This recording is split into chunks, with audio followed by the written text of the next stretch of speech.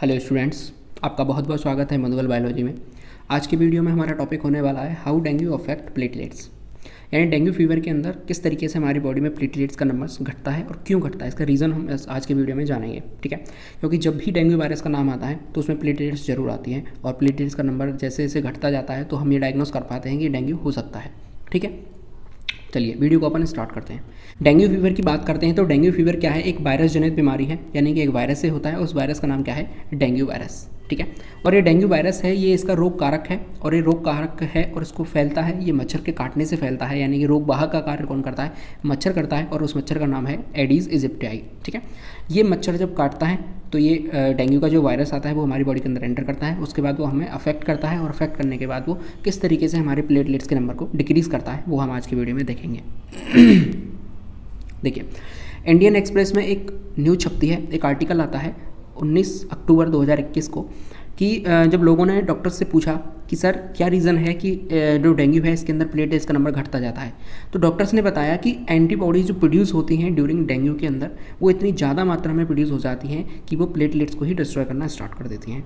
इनकी कितनी अच्छी बात डॉक्टर्स ने बताई है कि देखिए, एंटीबॉडीज़ जो नाम है, एंटीबॉडीज़ नाम किसी नाम का मोहताज नहीं है, क्योंकि जब कोरोना वायरस आया था तो हर किसी बच्चे को पता था कि एंटीबॉडीज़ क्या होती है। ठीक है, तो जब वायरस हमारी बॉडी के अंदर एंटर करता है तो हमारा इम्यून सिस्टम तुरंत एक्टिवेट होता है और उस वायरस को मारने का काम स्टार्ट कर देता है। और उसको मारने का काम कौन करती हैं, एंटीबॉडीज़ करती हैं। लेकिन डेंगू के केस में थोड़ा अलग है। जब एंटीबॉडीज़ बनती हैं तो उसका नंबर इतना ज़्यादा बढ़ जाता है कि वो क्या करती हैं, वायरस को मारने के साथ साथ हमारे प्लेटलेट्स को भी खाना स्टार्ट कर देती हैं। ठीक है, यानी कि वायरस को वो मार रही हैं, साथ ही साथ हमारी प्लेटलेट्स को भी खाना स्टार्ट कर देती हैं। बेसिकली हम जानेंगे प्लेटलेट्स का जो लाइफ साइकिल होता है वो 4 से 6 दिन होता है। ठीक है, लेकिन इससे पहले ही वो जैसे ही वायरस को खाएंगे तुरंत प्लेटलेट्स को खाना स्टार्ट कर देंगे, तो प्लेटलेट्स का नंबर ऑटोमेटिक नीचे आ जाता है। जब आप डॉक्टर्स के पास जाएंगे वो टेस्ट लिखते हैं, CBC कंप्लीट ब्लड काउंट किया जाता है, तो वहाँ पे प्लेटलेट्स का नंबर अपन डिक्रीज होता है देखते हैं। ये मेन रीज़न होता है डेंगू में क्यों प्लेटलेट्स घटती हैं, इसको डॉक्टर्स ने क्लियर कर दिया। ठीक है, चलिए अब हम थोड़ा सा प्लेटलेट्स के बारे में जान लेते हैं। उसके लिए हमें कंपोजिशन ऑफ ब्लड पढ़ना होगा कि ब्लड हमारा किन किन चीज़ों से मिलकर बना है।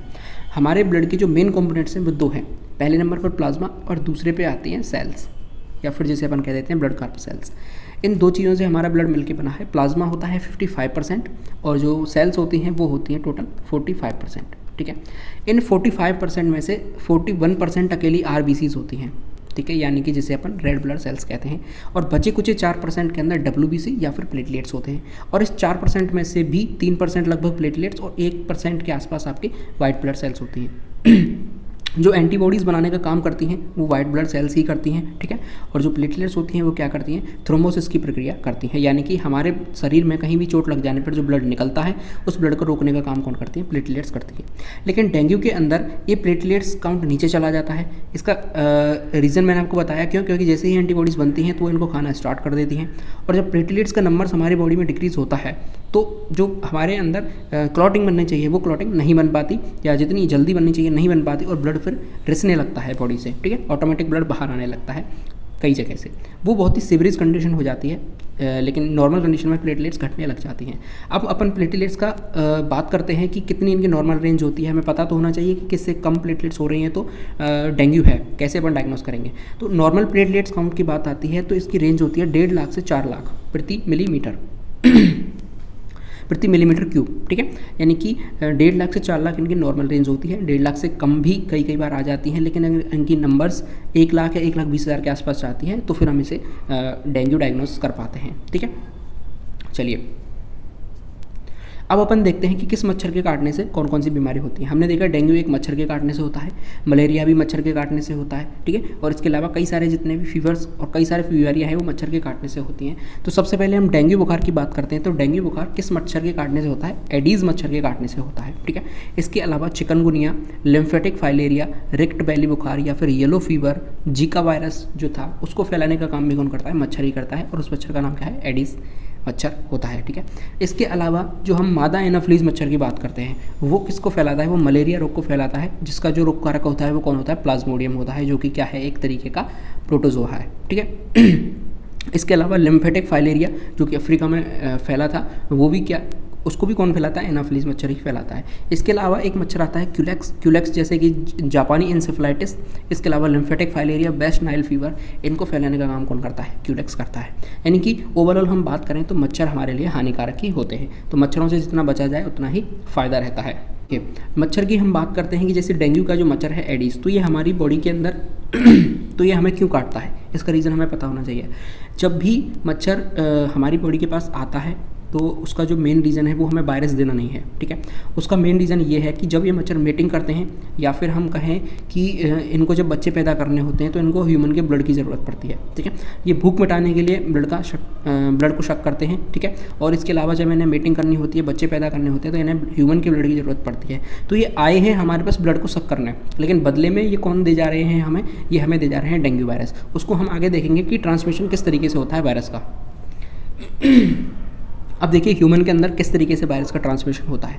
ये देखिए अनइन्फेक्टेड ये मच्छर है, अनइन्फेक्टेड एडीज इजिप्टाई मॉस्किटो है, जो कि कोई भी इसके पास इफेक्टेड यानी कोई भी वायरस इसके पास नहीं है, एक नॉर्मल मच्छर है, ठीक है। इसको ज़रूरत पड़ी कि मेटिंग के दौरान इसे ज़रूरत पड़ी ब्लड सक करने आया किसी भी ह्यूमन के पास, ठीक है। लेकिन अब इसे नहीं पता था कि ये जो ह्यूमन है ये इन्फेक्टेड है किससे? ऑलरेडी डेंगू वायरस से, ठीक है। लेकिन ये इसके पास आया, अब ये इसने जैसे ही इसको बाइट किया, इसके ब्लड को इसने सक किया, तो अब ये जो मॉस्किटो है ये भी क्या हो गया? इन्फेक्टेड हो गया, इसके अंदर भी अभी वायरस चला गया, ठीक है। अब फिर इसको पता नहीं है कि इसके अंदर डेंगू वायरस आ चुका है। अब ये क्या करेगा? फिर इसे ज़रूरत पड़ती है दोबारा आरबीसीज की यानी हमारे ब्लड की ज़रूरत पड़ती है, तो ये किसी नॉर्मल पर्सन को जाके बाइट करता है, ठीक है। अब ये नॉर्मल पर्सन को जाके बाइट करेगा तो जहाँ से ये वायरस को लेके आया था वो वायरस अब इस पर्सन के अंदर चला जाएगा और ये पर्सन क्या हो जाएगा? 3 से 14 दिन के अंदर इन्फेक्टेड पर्सन हो जाएगा, इसको डेंगू हो जाएगा, ठीक है। तो इस सर्किल के अंदर किस तरीके से ये सर्किल काम कर रहा है? देखिए पहले एक नॉर्मल मच्छर है, ठीक है, इसके पास कोई भी वायरस नहीं है, लेकिन ये जैसे ही इन्फेक्टेड पर्सन को बाइट करेगा तुरंत ये भी इन्फेक्टेड हो जाएगा। ये इन्फेक्टेड होने के बाद ये नॉन इन्फेक्टेड पर्सन को बाइट करेगा तो उसे भी ये इन्फेक्टेड कर देगा। यानी कि मच्छर खुद के अंदर वो जन्म नहीं लेता है वायरस, वो भी कहीं से लेके आया है, ठीक है। तो एक तरीके से हम कहें कि ये रोग वाहक का कार्य कर रहा है, लेकिन रोग कारक कौन है? डेंगू वायरस इसका रोग कारक है, और इस तरीके से वायरस का ट्रांसमिशन चलता है, ठीक है। अब हम थोड़ा सा डेंगू वायरस के बारे में जान लेते हैं कि डेंगू वायरस की स्ट्रक्चर कैसे होती है। जब हमने कोरोना वायरस के बारे में पढ़ा था तो वहाँ मैंने आपको बताया था कि उसके ऊपर स्पाइक प्रोटीन्स होते हैं, ठीक है, क्राउन्स बने हुए होते हैं, जिसलिए इसका नाम क्या है? कोरोना वायरस है। लेकिन यहाँ पर स्पाइक प्रोटीन जैसी चीज़ें आपको दिखाई नहीं दे रही हैं, लेकिन ये जो आपको संरचनाएं दिखाई दे रही हैं ये स्पाइक में चेंज हो जाती हैं जब ये एक बार हमारी बॉडी की सेल के अंदर एंटर कर जाता है, ठीक है। तो इसके अंदर क्या चीज़ है? सबसे ऊपर इनकी कवरिंग है ई डाइमर प्रोटीन की बनी हुई है, उसके बाद अंदर की तरफ एम प्रोटीन की लेयर बनी हुई है, ठीक है। उसके बाद ये कैप्सिड प्रोटीन है और उस कैप्सिड प्रोटीन के अंदर जीनोमिक आरएनए है जो कि कैसा है? सिंगल स्ट्रैंडेड आरएनए है, जिसे अपन क्या कह देते हैं? एसएस आरएनए, ठीक है। तो यहाँ से पूछे आपसे कि जो आरएनए है कौन सा आरएनए पाया जाता है डेंगू वायरस के अंदर, तो एसएस यानी कि सिंगल स्ट्रैंडेड आरएनए पाया जाता है। ये वायरस की स्ट्रक्चर हो जाती है।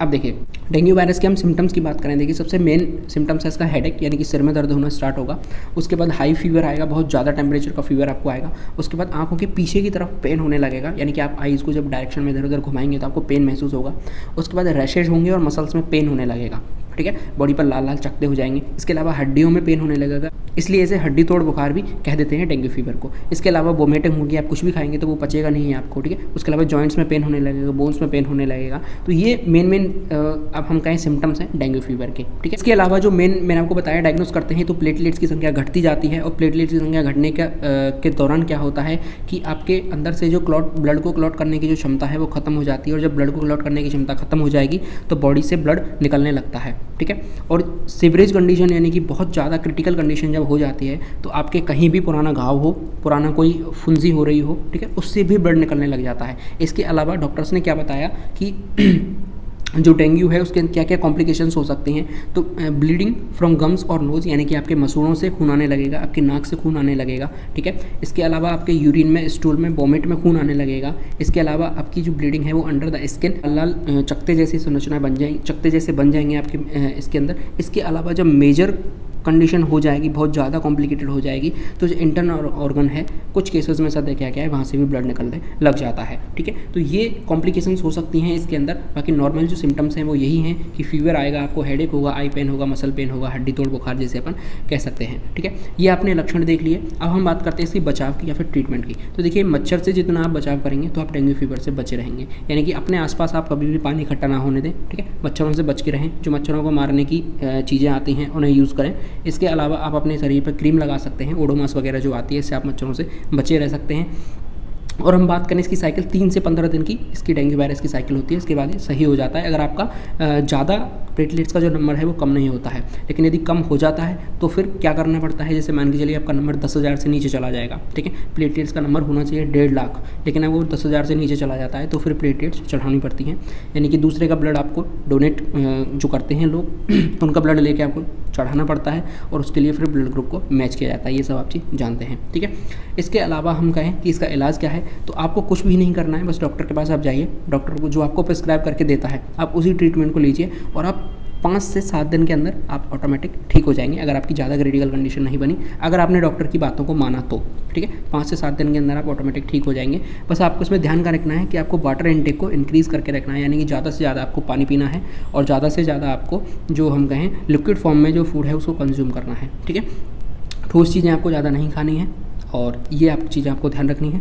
आई होप आपकी आज की वीडियो में आपको समझा पाया होगा कि क्यों जो हमारा मेन टॉपिक था कि किस तरीके से जो प्लेटलेट्स हैं हमारी बॉडी के अंदर कम हो जाती हैं। ठीक है, क्या रीज़न था और क्या क्या इसके सिम्टम्स हैं, किस तरीके से हम डेंगू फीवर से बच सकते हैं। अगर आपको वीडियो पसंद आई है चैनल को सब्सक्राइब जरूर कर लें, वीडियो को लाइक जरूर करें, कमेंट करें, किसी टॉपिक पर वीडियो चाहिए वो आप लिख सकते हैं। ठीक है, देश से प्यार करें, माता पिता से प्यार करें। जय हिंद।